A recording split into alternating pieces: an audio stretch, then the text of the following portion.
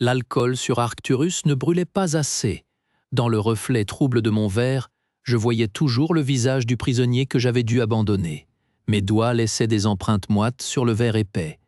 La sueur des niveaux inférieurs, l'odeur de friture rance et de graisse mécanique, tout cela ne parvenait pas à couvrir l'odeur de vide. Le vide, ça sent le métal froid et les promesses brisées. Je n'avais pas entendu l'approche. Un seul instant, le reflet était le mien, creusé, gris. Le suivant, un uniforme gris-fer impeccable, remplissait le miroir liquide derrière moi. « Kaelen !» La voix était calme. Elle portait sans effort le bourdonnement du bar et le gémissement lointain des générateurs. Je ne me suis pas retourné. Tourner la tête, c'était admettre qu'il était réel. J'ai fixé son reflet déformé dans le whisky. Cheveux gris coupés au cordeau. Posture de parade. « On ne serre pas les uniformes ici, amiral. » Ma voix était rauque, usée par la fumée et le silence. Il a tiré la chaise en face de moi. Le métal a grincé sur le sol en composite strié de cicatrices. Il s'est assis, méticuleux, sans un regard pour la crasse ambiante. Ses mains, nues, se sont posées à plat sur la table. Des mains d'administrateur. Pas une égratignure. « Je ne suis pas venu pour le service, dit-il. Je suis venu pour un problème. Un naufrage. » Un rire court et sec m'a échappé. Les naufrages, c'est pour les marins. Ici, on a des désintégrations, des implosions, des fuites dans le vide. Pas de poésie. Le Concordia a disparu, Kaelen, dans le désert de verre. Le verre a failli m'échapper. Le froid a remonté le long de ma colonne vertébrale, plus efficace que 10 whiskies. Le Concordia. Le nom résonnait dans mon crâne comme un glas. Il a penché la tête, observant ma réaction. Ses yeux ne clignaient presque pas, et ton frère était à bord. L'ombre de Vex s'étira sur la table, longue et dévorante. Vex posa une puce de données sur la table grasse, une place sur le vaisseau de sauvetage, une chance d'effacer cette tache sur ton dossier. Mon regard resta scotché à la puce. Un reflet verdâtre dansait sur son boîtier. Mon frère est mort, il y a 5 ans. Votre tribunal l'a déclaré. Les tribunaux déclarent ce qu'on leur ordonne de déclarer. Sa voix était un râteau sur du gravier. Les signaux de détresse du Concordia étaient codés avec ses identifiants personnels. Une bouée de sauvetage a été récupérée. Son ADN est dessus. Le mensonge était trop parfait, trop appétissant. Je sentais les crochets sous l'appât. Mais l'espoir, cette pourriture tenace, avait déjà poussé ses racines dans ma poitrine. Pourquoi moi? Parce que tu connais le désert de verre, parce que tu connais les protocoles du Concordia. Il plia légèrement les doigts. Et parce que si quelqu'un peut le ramener de cet enfer, c'est toi, le frère qui l'a abandonné. Le coup porta. L'air quitta mes poumons. Je bus une gorgée de whisky, le feu ne brûlant plus rien. Et si je refuse? Il se leva, ajustant la couture parfaite de sa manche. L'ombre qu'il projetait me recouvrait entièrement. Alors ton frère mourra là-bas, pour de vrai cette fois, et tu passeras le reste de tes misérables jours à te demander si, cette nuit, tu as laissé ta dernière chance s'évaporer avec la fumée de ce bar. Il se dirigea vers la sortie sans un regard en arrière. Le vaisseau de sauvetage vigilant quitte le dock C12 dans 1 heure. La puce contient vos identifiants de mission. Officiellement, vous n'existez pas. Je restais seul avec le silence et la puce. Je la pris. Elle était froide. En montant à bord du Vigilant, je sentis le piège de Vex se refermer. Mais dans le désert de verre, trouverais-je une épave ou le fantôme de mon frère? Les écrans radars du cockpit naissaient et mouraient en des constellations de mensonges, chaque mirage plus convaincant que la réalité. Des signatures de vaisseaux fantômes pullulaient, fusionnaient, s'effaçaient. Je sentais la sueur perler à ma nuque, froide. C'est une impasse, agent. La voix de Rius était un coup près. Il bloquait l'accès au pupitre de navigation, son uniforme une barrière immaculée. Votre piste est une anomalie de plus. Nous suivons le plan de vol officiel. Lyra, penchée sur son terminal portable, ne leva pas les yeux. Ses doigts volaient sur l'interface. Les fluctuations du brouillage ont une matrice. Ce signal résiduel, il est cohérent. C'est un phare, pas un leurre, des conjectures. Rius se tourna vers moi, son mépris palpable.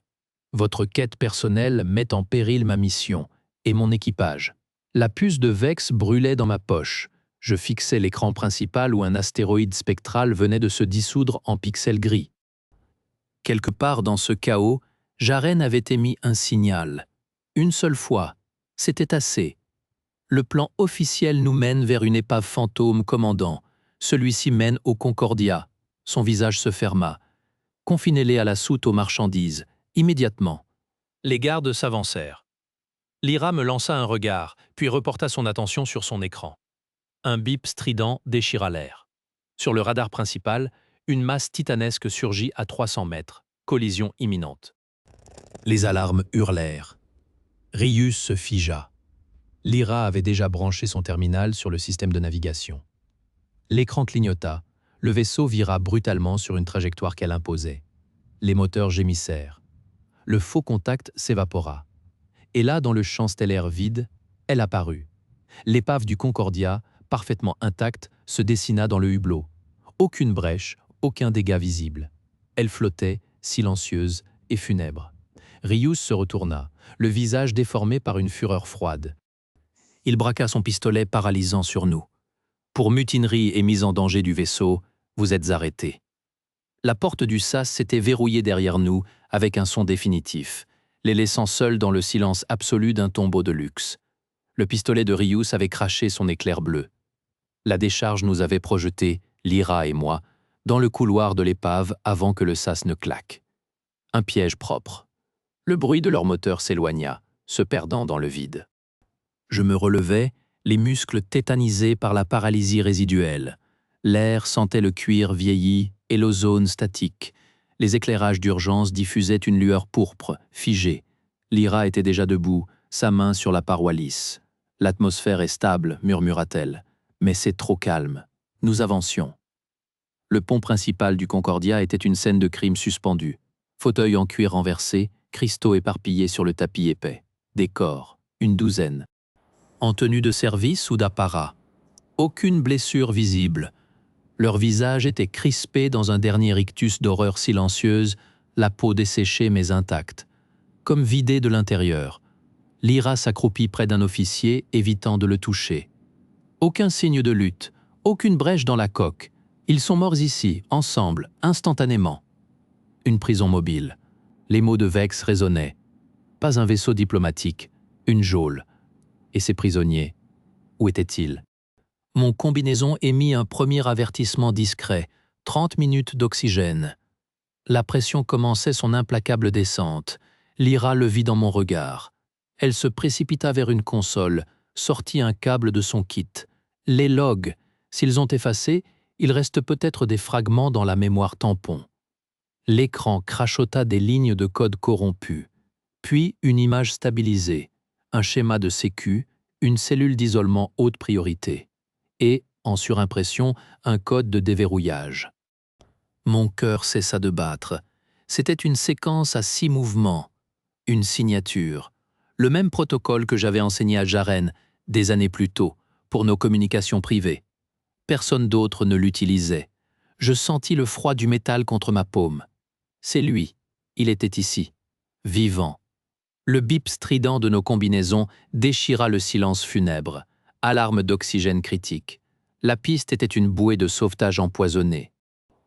Au centre du plus grand mensonge radar, le Concordia battait comme un cœur noir, ses canons braqués sur le vide, prêts à donner le signal de la guerre. La boucle de code de Jaren brûlait dans mon crâne. Une clé. Elle nous mena jusqu'à une trappe dissimulée, puis à un sas menant non pas au vide, mais à un hangar interne. Un hangar qui abritait le véritable Concordia, niché au cœur de l'épave Spectre. Le pont était une cathédrale de données silencieuses. Vex se tenait devant le panorama, dos à nous, silhouette impeccable découpée sur le désert de verre.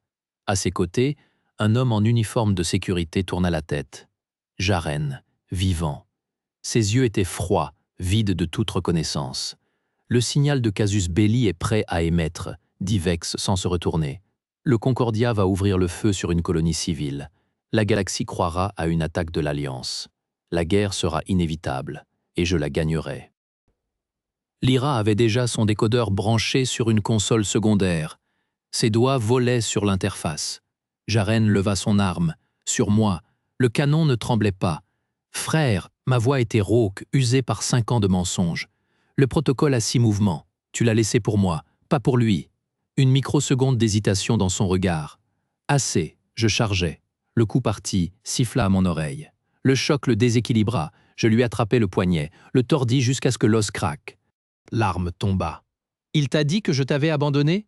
Je haletais, le maintenant au sol. Il a menti. C'est lui qui a ordonné ta capture, pour te briser, pour en faire ça. Derrière nous, un hurlement de sirène. Les lumières du pont clignotèrent en rouge sang. Transmission annulée, annonça Lyra, sa main encore sur le terminal. Le mirage s'effondre.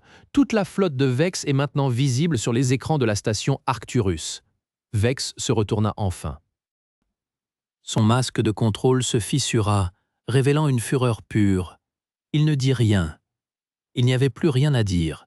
Alors que les alarmes hurlantes annonçaient l'effondrement du mirage, Kailen se tenait face à son frère, l'arme tombée, et le dernier mensonge à détruire n'était plus celui de Vex, mais celui qui les avait séparés. Sous la lumière crue des projecteurs des croiseurs galactiques, le mirage dissipé ne laissait voir que la vérité. Une épave, un traître, et 2 frères que 5 ans de mensonges avaient transformés en étrangers. Jaren resta un long moment immobile, l'arme à ses pieds. Son regard passa de Vex, figé dans sa fureur silencieuse, à mes mains vides tendues vers lui. Ce ne fut pas un éclair de reconnaissance. Ce fut plus lent, plus douloureux, comme un organe atrophié recevant à nouveau du sang. Il vacilla. L'ordre, c'était son code vocal, murmura-t-il. Sa voix était rauque, érodée par des années passées dans le silence ou les cris. Dans ma cellule, toujours sa voix. Lyra s'approcha, sans précipitation. Elle posa une main sur mon bras, un point de contact chaud et ferme dans le froid métallique du pont. Les transpondeurs de la flotte fantôme émettent maintenant leur identifiant réel. Arcturus a tout vu. Ils arrivent. Les premiers vaisseaux des forces galactiques percèrent le voile résiduel du désert comme des lames. Leurs faisceaux tracteurs saisirent le Concordia avec une indifférence brutale. Le gémissement de la coque devint le chant funèbre officiel du vaisseau fantôme. Vex ne résista pas quand les soldats en armure de pacification firent irruption. Il se laissa passer les menottes au poignet, son uniforme impeccable en contraste grotesque avec la réalité. Son regard croisa le mien une dernière fois. Pas de défi. Juste un calcul froid, recomposant déjà les pièces de son échec en un nouveau plan. Puis il détourna la tête et l'amiral disparut dans le couloir, entouré de silhouettes anonymes. Jaren, lui, leva les mains de son propre chef. Ses mouvements étaient mécaniques, le réflexe d'un corps trop habitué à la soumission. Un médecin militaire s'approcha, scanner à la main. Choc psychique profond, malnutrition sévère, traces d'implants neuronaux de compliance désactivés, énuméra-t-il d'une voix neutre. Son regard croisa le mien. Il va avoir besoin de temps, beaucoup de temps. Mon frère s'arrêta à ma hauteur alors qu'on l'emmenait. Il ne pleurait pas. Ses yeux qui étaient les miens, fixaient un point sur ma poitrine, incapable de soutenir mon regard. « Tu es venu », dit-il. Ce n'était ni un reproche, ni un remerciement. Un simple constat, trop immense pour contenir une émotion. « Je suis toujours venu », répondis-je, les mots raclant ma gorge. « Je me suis juste trompé de chemin. » Il hocha la tête une fois, puis se laissa guider. Sur le poste de pilotage du petit vaisseau de sauvetage de Lyra, le silence était différent. Ce n'était plus le silence étouffant du piège, mais celui, fatigué et vaste, de l'après. Les croiseurs formaient un périmètre étincelant autour de l'épave du Concordia, déjà entourée de remorqueurs. Le commandant des forces galactiques, une femme aux cheveux gris coupés courts et au regard sans concession, écouta notre déposition.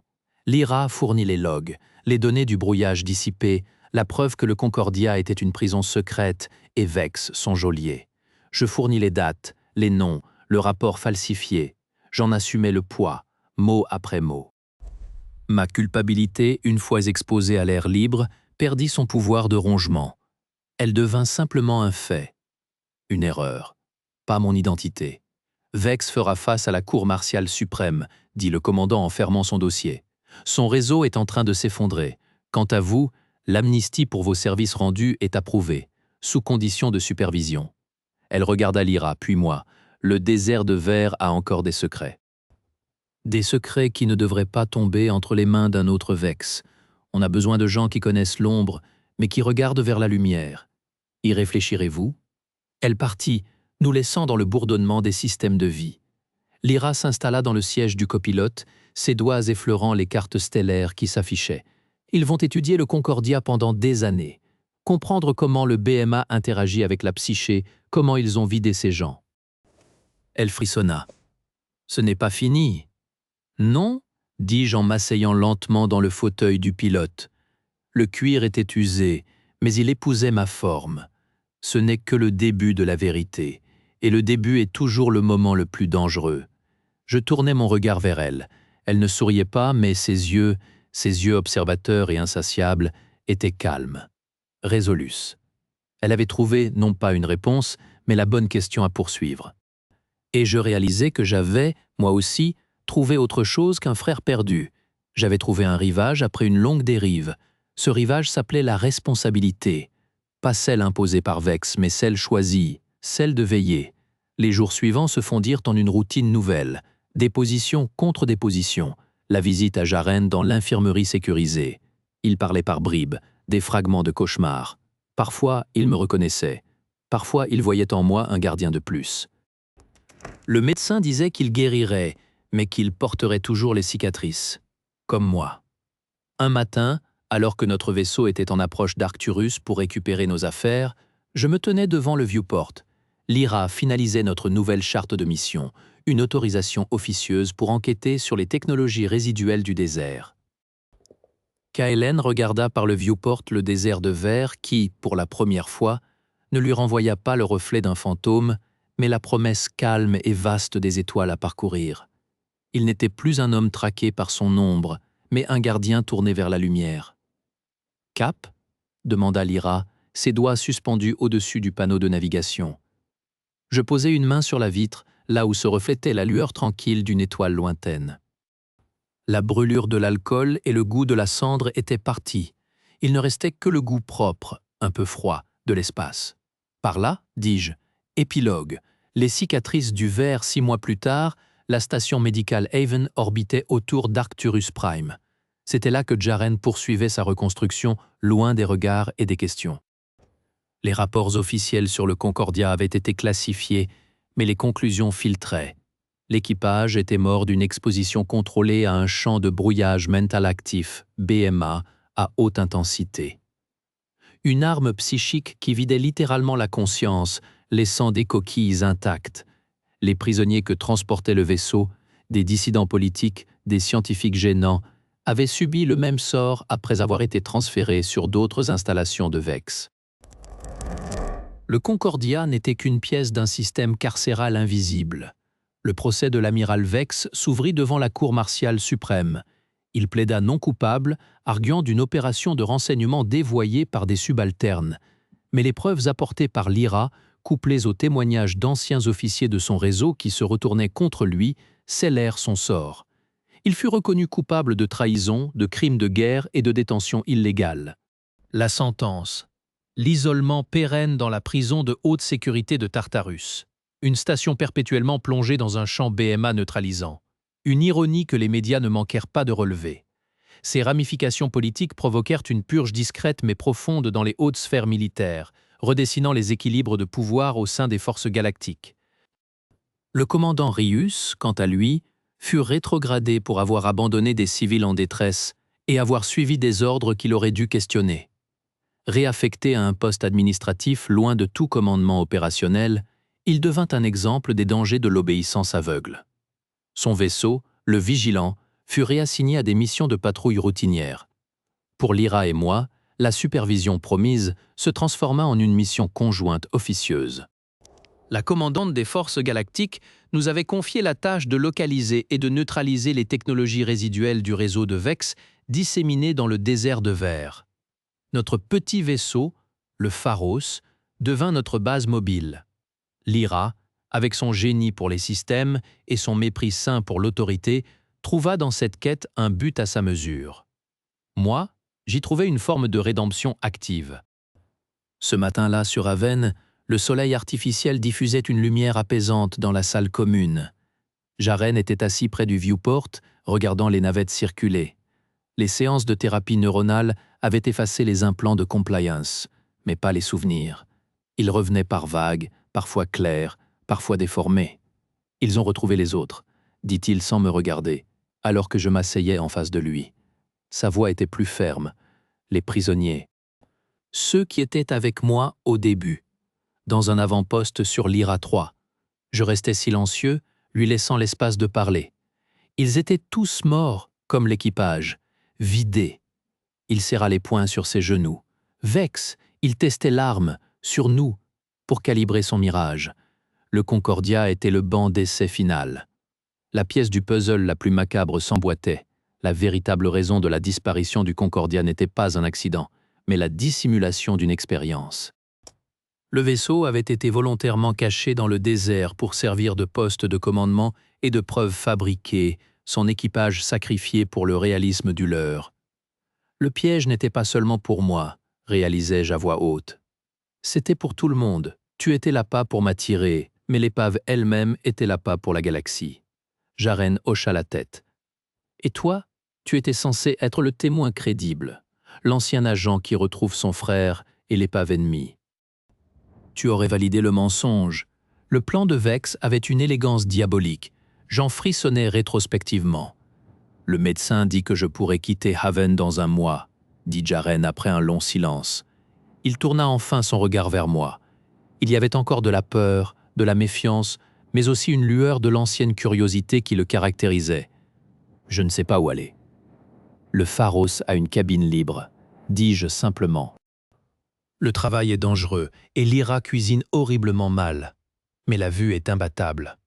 Un sourire fragile, le premier depuis 5 ans, effleura ses lèvres. Il ne dit pas oui. Il ne dit pas non.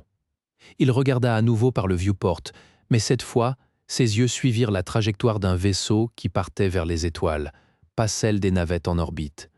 De retour sur le Pharos, l'IRA m'attendait devant les cartes stellaires.